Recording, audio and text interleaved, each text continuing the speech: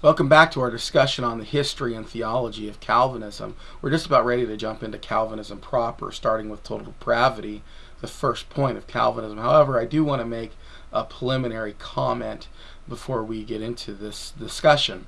I just watched a debate between Phil Fernandez and Chris. I don't know his last name. I can't pronounce it, so I'm not going to try. And I have to say that I was disappointed with the debate in some way. Chris came out and gave a very good overview of Calvinism and kind of a pretty good preliminary defense of the 5 points of Calvinism. However, Phil Fernandez came out afterwards and gave a really good, reasoned Arminian defense of his position. And I think that what happened was Chris was kind of thrown off by this, and so his second response wasn't that good. It was he kind of muddled back and forth, kind of said the same thing over and over again. He wasn't strong in his verbal presentation. I'm not trying to disparage him because I don't know what I would do given that situation myself. So who knows what I would do? Who knows what any of us would do? But I got to say, it wasn't good, the response. Now, I only saw the first half.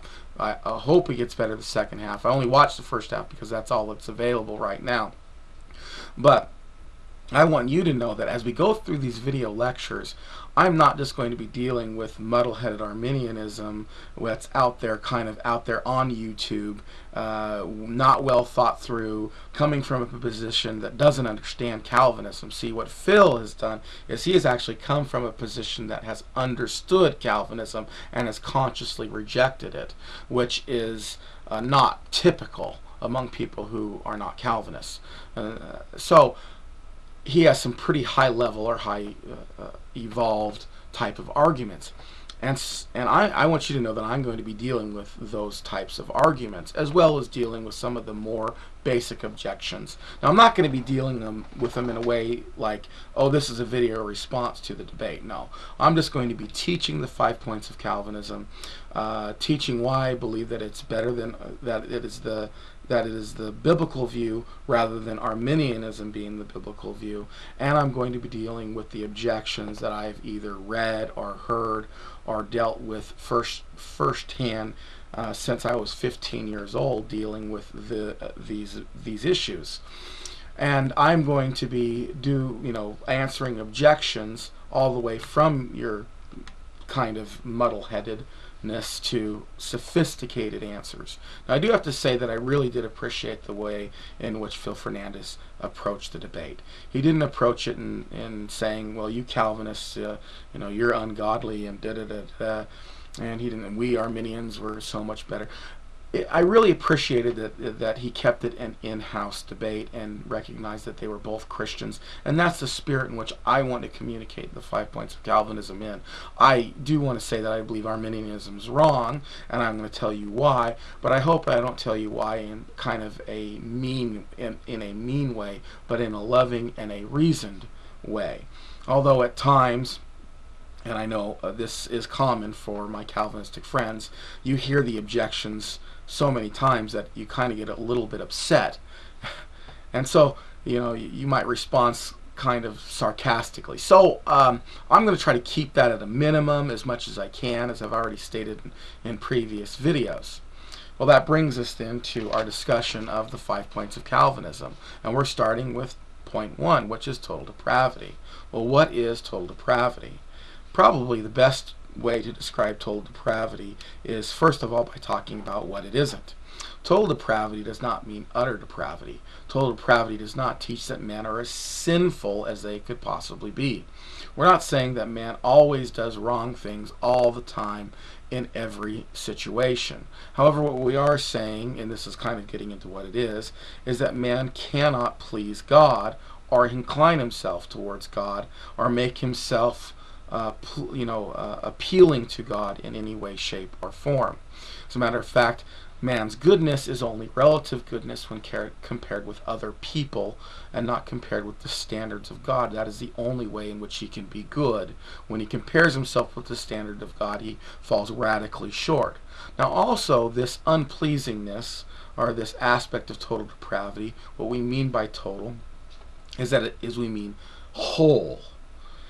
Sin has affected the entire person. He has affected the body, it's affected the mind, and it's affected the will. And this really is the dividing line between Calvinism and Arminianism.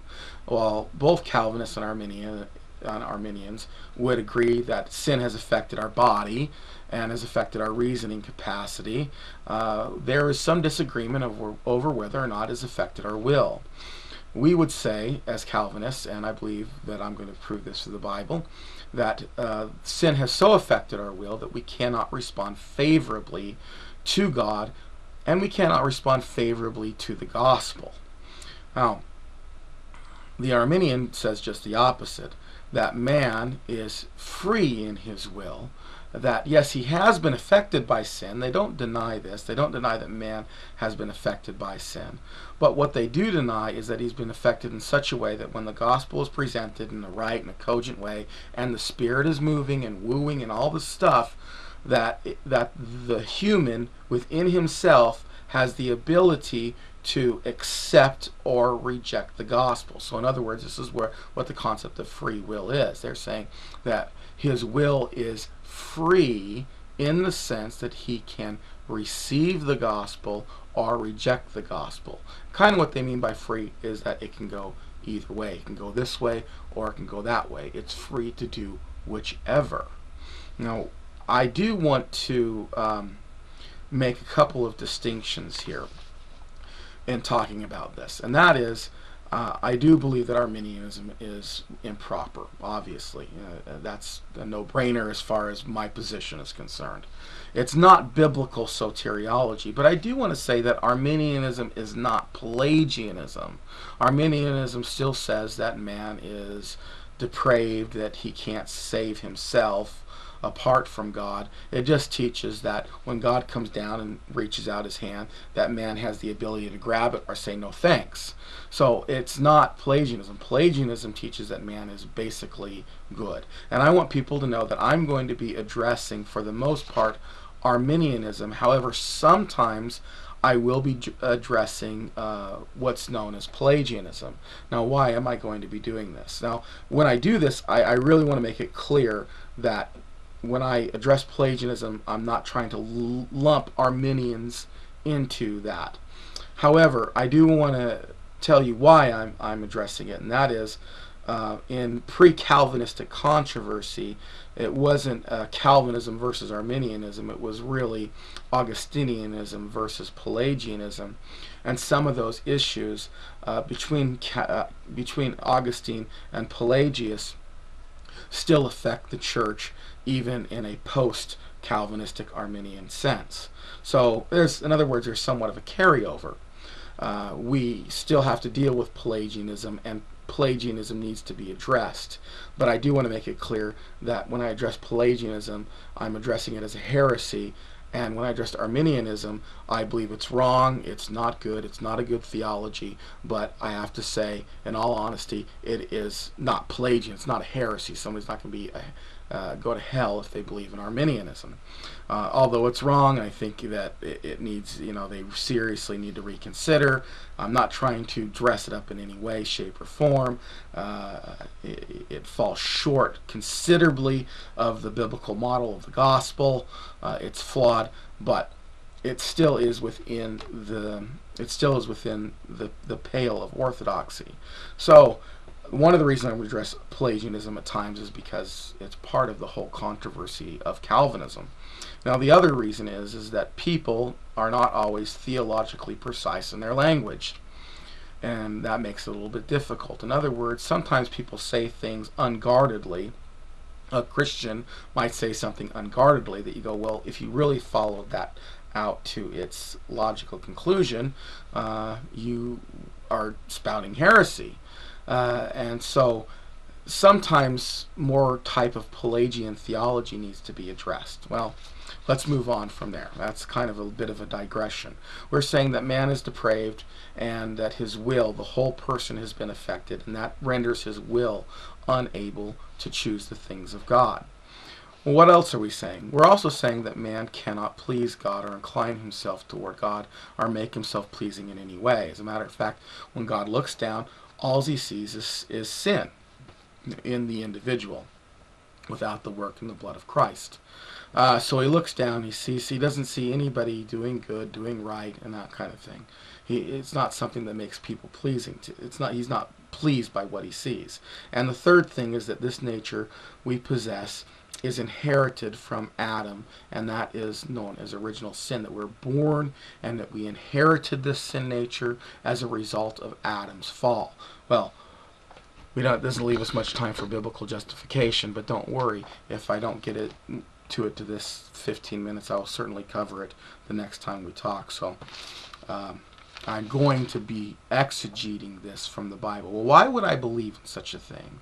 Why would we believe that man is incapable of responding favorably to the gospel, responding favorably to Jesus? Well, Jesus taught this of you, and I do want to see that this is not a philosophical view, but this is actually a biblical view.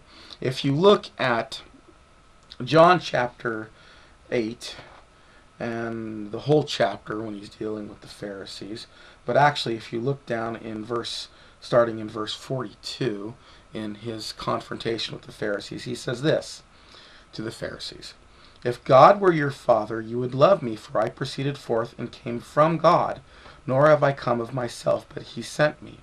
Why do you not understand my speech?" So he's giving this example.